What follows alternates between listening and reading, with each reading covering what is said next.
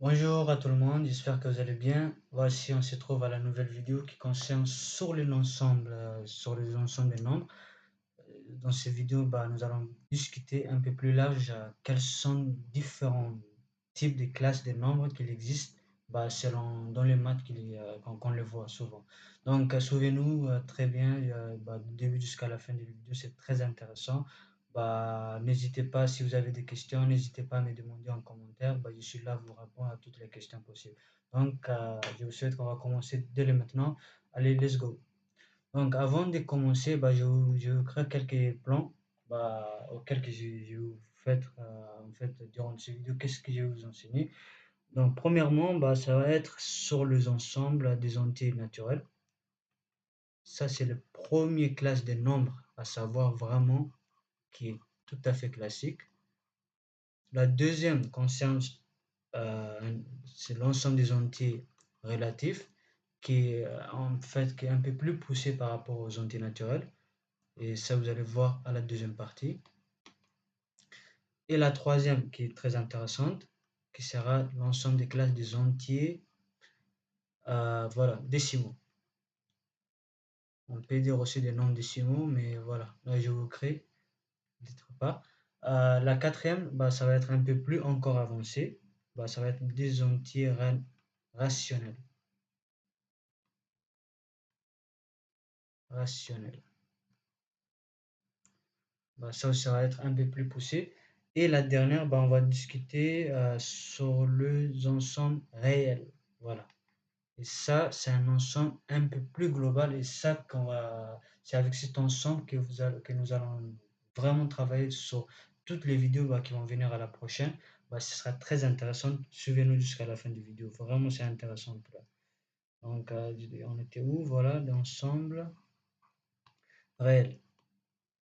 Donc, voici le plan le plus important à savoir vraiment dans cette vidéo et je suis sûr que vous allez bien apprendre durant ces choses. Et si vous avez des questions, n'hésitez pas à me demander toujours, comme d'habitude, sur les commentaires.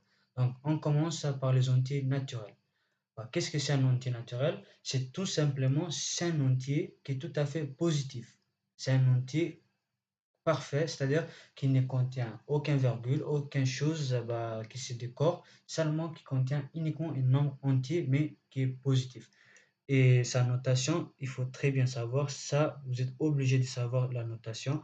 Il se note, voilà, de cette manière. C'est un symbole, général et mathématiquement à savoir. C'est l'ensemble des entiers naturels qui se créent de cette manière. Donc, je vous mets quelques exemples à savoir très bien. Par exemple, si je vous mets 0, 0 c'est un entier naturel. Si je vous mets un autre exemple, déjà je vous ai mis, mais voilà, 15, c'est un entier naturel aussi. C'est la même chose qui reste tout à fait. Donc là, maintenant, je vais vous mettre un autre qui est contre-exemple. Et ceci, ça va nous servir sur la deuxième partie, qui va être dans notre classe des entiers.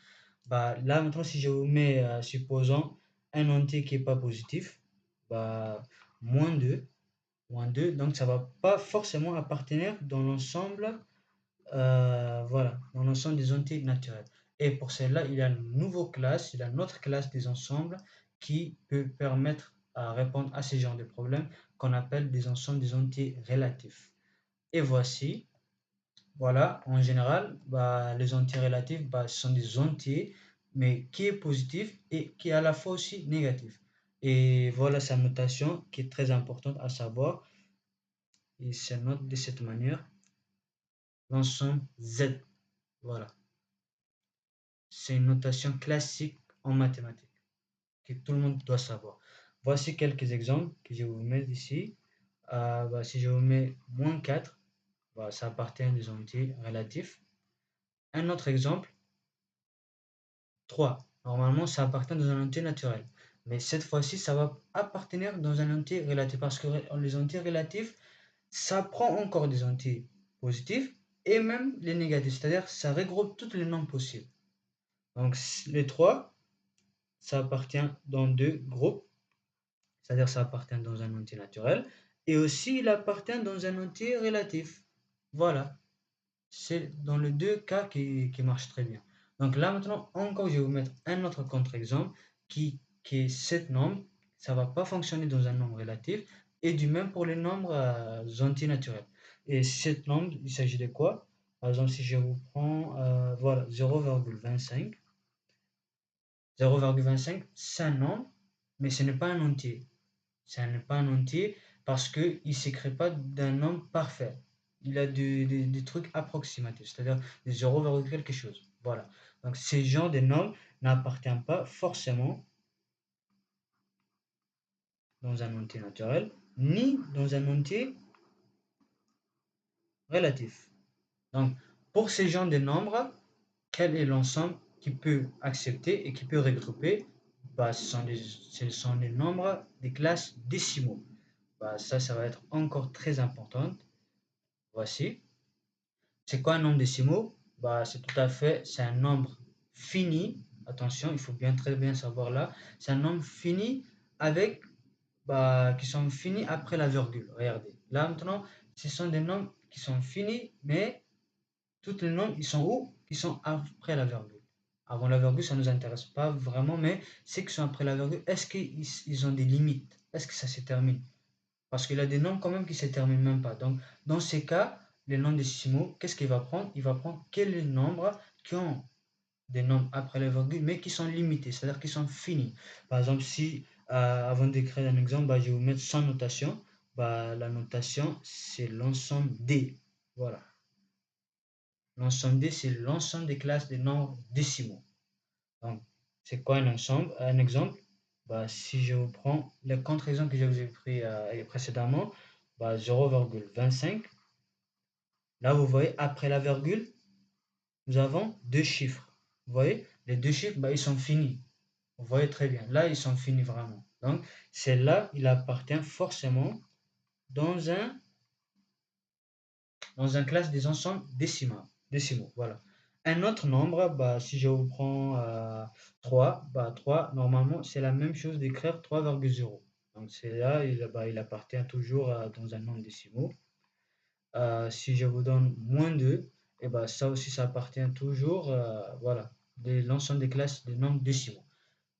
Maintenant, je vais vous donner un autre contre-exemple que cet nombre ne peut pas fonctionner dans ce cas aussi, ni dans les nombres relatifs, mais aussi dans un nombre des antinaturels.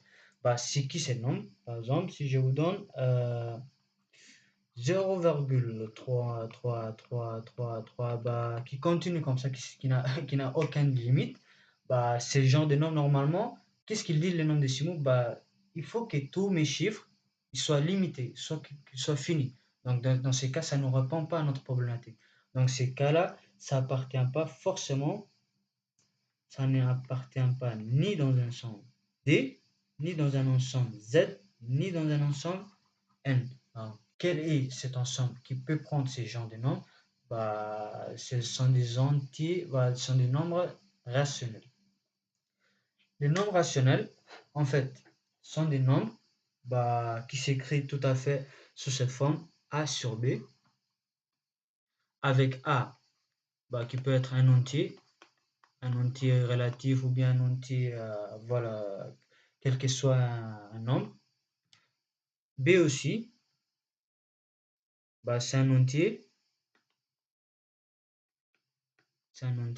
mais pas différent des zéros. C'est-à-dire il ne doit pas être nul. Parce qu'il est sur le dénominateur, si vous mettez un nombre dénominateur, un nombre nul, ça ne va pas fonctionner du tout. Donc, celle-ci, cette critère qui respecte, c'est appelé un nombre rationnel. Par exemple, si je vous donne 0,33, les nombres que j'ai donné la contradictoire du nombre décimaux, là maintenant, tout d'abord dans la notation, désolé, sur la notation, il se note Q. Q. Voilà, ça se note de cette manière. Donc, c'est l'ensemble des groupes rationnels qui s'écrivent sous cette forme A sur B. Par exemple, si je vous prends l'exemple précédent, 0,25, déjà on sait très bien que 0,25 il appartient dans un nombre décimaux. mais aussi il appartient dans un nombre rationnel. Pourquoi? Parce que 0,25, bah, il est égal à 1 quart, 1 sur 4. Donc 1 sur 4, bah, ça s'écrit sous la forme de A sur B. Donc ça répond de tout. Ça répond tout à fait. Et encore, si je vous donne un autre nombre, bah, qui n'est pas un nombre rationnel, bah, dans ce cas, mais qui n'est pas décimal, bah, qui n'est pas décimal, mais cet nombre, il appartient tout à fait, euh, désolé de d'écrire ça, il appartient dans un nombre rationnel. Pourquoi? Parce que 0,33, bah, il est égal à 1 tiers, 1 sur 3. Essayez de mettre des calculatrices, bah, c'est la même chose. Donc, puisqu'il respecte les critères définis par les nombres rationnels, bah, c'est toujours, il appartient dans une classe des nombres rationnels. C'est tout à fait logique. Donc, si je prends là maintenant un exemple concret, bah, qui ne peut pas appartenir encore forcément dans un nombre rationnel, ni dans dans des autres ensembles que je vous ai définis précédemment, bah, c'est le cas du, voilà. Si je vous donne racine des 2. Racine des 2, normalement, c'est un nombre qui vaut, voilà, 1,41, voilà, tel nombre. Et celle-ci, bah, il ne peut pas s'écrire, désolé, attendez, attendez, juste j'ai perdu de la place. Bah, si je vous donne par exemple racine de 2, bah, il va pas s'écrire force, il peut pas s'écrire, attendez, bah, il peut pas être forcément égal à absorber. Il ne peut pas s'écrire sous cette forme. Il ne peut pas respecter ce critère. Ça, vous pouvez vérifier de toutes les manières. Ça ne marche aucun cas. Donc, pour cette classe des nombres, bah, il y a un autre ensemble qui est un peu plus grand, bah, qui regroupe tout ce qu'on a parlé précédemment dans toutes les classes des parties qu'on a discuté. Il va prendre tout, même il va prendre ces nombres qui ne s'écrivent pas sous cette forme A sur B. Bah, c'est qui cette classe des ensembles? Bah, ce sont des classes des nombres réels. Et donc, sur cet ensemble, vraiment, il est très puissant. Il englobe n'importe quelle valeur que vous avez. Tout. Et c'est ici qu'on va travailler vraiment au plus tard, bah, dans tous les chapitres, dans tous les cas, pour tous les niveaux même. On va travailler avec cet ensemble réel parce que c'est très important. Et bah, il regroupe toutes les notions des nombres. Bah, il est très puissant. Donc c'est très intéressant de savoir sur cette classe de nombres. Et ceci, bah, il s'écrit sous cette notation, bah, il s'écrit l'ensemble R. Donc c'est un ensemble vraiment classique et très puissant qui englobe toutes les valeurs possibles que nous avons. Donc si je vous donne un nombre, par exemple, racine de 3. Racine de 3, normalement, il n'est ni rationnel, ni décimaux, ni un antinaturel, ni aussi un antirelatif. Mais il va être appartenant dans un ensemble réel parce que bah, il englobe tout. Bah, l'ensemble des réels, bah, il n'y a pas un nombre qui est contradictoire. Bah, il peut avoir, mais ça, bah, ça va être dans un autre cas. Mais ceci, on va revenir au plus tard dans la partie prochaine de la vidéo. Bah, normalement, puisque nous avons des nombres réels, bah, dans un cas réel, bah, n'importe quel nombre que vous avez, bah, il appartient forcément dans un nombre réel. Par exemple, si je vous donne, voilà, racine de 3, bah, ça, il appartient forcément dans R. Si je vous donne 3, bah, il appartient dans R. Si je vous donne moins 3, bah, il appartient dans R. En fait, c'est un ensemble très large qui prend n'importe quel nombre que vous avez. Donc ça, il faut très bien savoir. Donc nous avons défini bah, combien de classes d'ensemble, des antinaturels, des antirelatifs, des nombres décimaux, des nombres rationnels, pardon, et des nombres réels. Voilà, nous avons défini 5 types d'ensembles que nous avons dans le monde des mathématiques que nous devons tous savoir.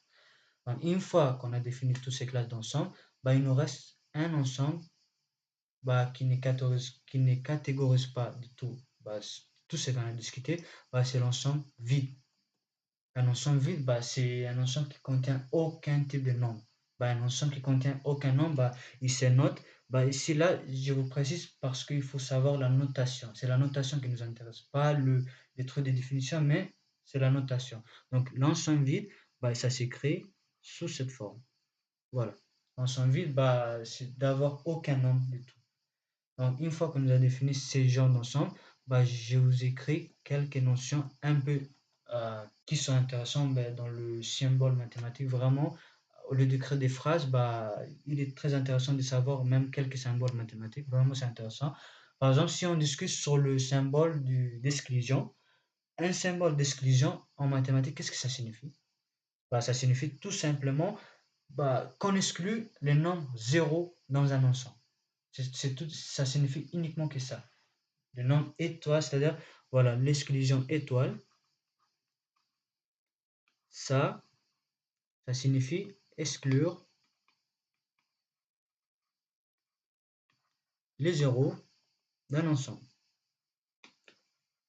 Voilà. C'est ça tout simplement. Il n'y a pas d'autre chose à préciser. Donc, par exemple, là je vous ai mis R étoile. R étoile, ça signifie quoi? C'est l'ensemble des classes réelles, mais privées des zéros. C'est-à-dire, on exclut les zéros. Si je vous donne un autre ensemble, par exemple, N étoile, c'est quoi? C'est l'ensemble des entiers naturels privés des zéros. Si je vous donne un autre aussi, voilà, Q étoile, bah, ça va être l'ensemble des nombres rationnels privés des zéros. Donc, cet genre de symbole aussi, il est à savoir vraiment qui est très important bah, dans les prochaines vidéos bah, qu'on va travailler sur des fonctions, sur des choses un peu plus avancées. Bah, c'est très important de maîtriser ces genres de symboles. Donc, dans notre cas, voilà. Et là maintenant, ça c'est la partie finale que tout le monde doit savoir, les inclusions. Les inclusions, bah, il a une symbole de cette manière. Inclusion, c'est-à-dire par exemple, si vous avez une petite ronde suivie d'une grande ronde, par exemple, les petites rondes, supposons qu'il est, euh, qu'il est contenu dans cette grande ensemble. Donc celle-ci, on peut dire, il est inclus dans cette grande ensemble. C'est ça l'inclusion, la signification de l'inclusion de tout à savoir.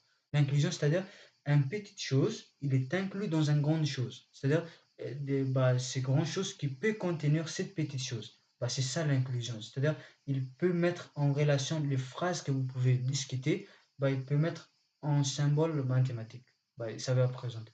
Par exemple, là maintenant, euh, quels sont les 5 ensembles qu'on avait discuté précédemment? Bah, la première, c'était l'ensemble des entiers naturels. Après, nous avons discuté quoi encore? L'ensemble des entiers relatifs. Vous voyez? Après, qu'est-ce qu'on avait discuté? L'ensemble des entiers rationnels. Ensuite, non, non, pardon. Là, oui, on a discuté sur ça, mais je voulais mettre en ordre un peu. Voilà. Voilà, l'ensemble des décimaux. L'ensemble des nombres décimaux. Après, nous avons discuté aussi sur l'ensemble rationnel. Et enfin, c'était l'ensemble réel.